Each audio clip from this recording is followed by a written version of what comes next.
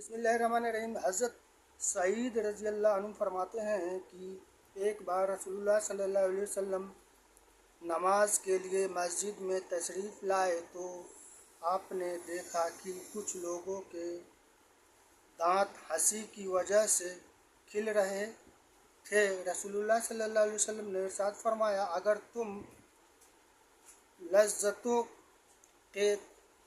توڑنے والی چیز موت کو کثرت سے یاد کرتے رہو تو تمہاری یہ حالت نہ ہو جو میں دیکھ رہا ہوں، تو تم لذتیں ختم کرنے والی چیز موت کو کثرت سے یاد کیا کرو، کیونکہ قبر پر کوئی دن ایسا نہیں گزرتا جس میں وہ یہ آواز نہ دیکھی ہو کہ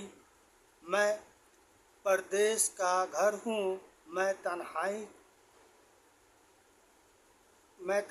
کا گھر ہوں، میں مٹی کا گھر ہوں، میں کیڑوں کا گھر ہوں۔ جب مومن بندہ دفن کیا جاتا ہے تو قبر اسے کہتی ہے، تمہارا آنا مبارک ہے، بہت اچھا کیا جو تم آ گئے۔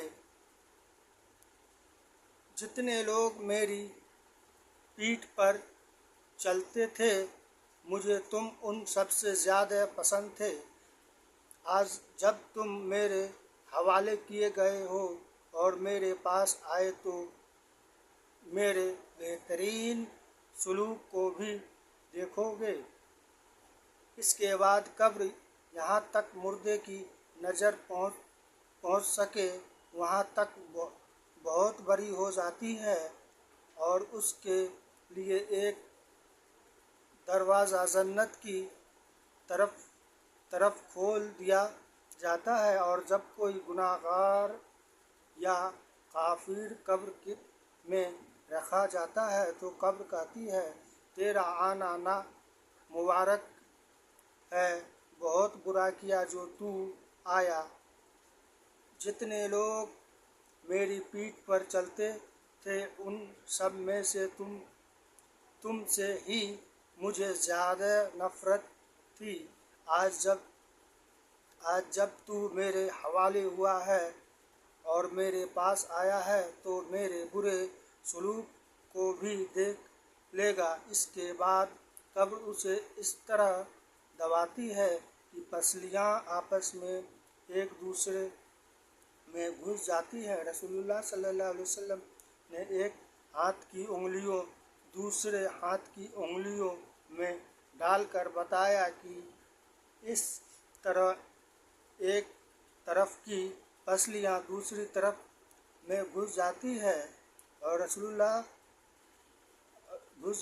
اللہ تعالیٰ اس پر 70 اژدہیں ایسے مسلط کرتے ہیں کہ اگر ایک بھی ان میں سے زمین پر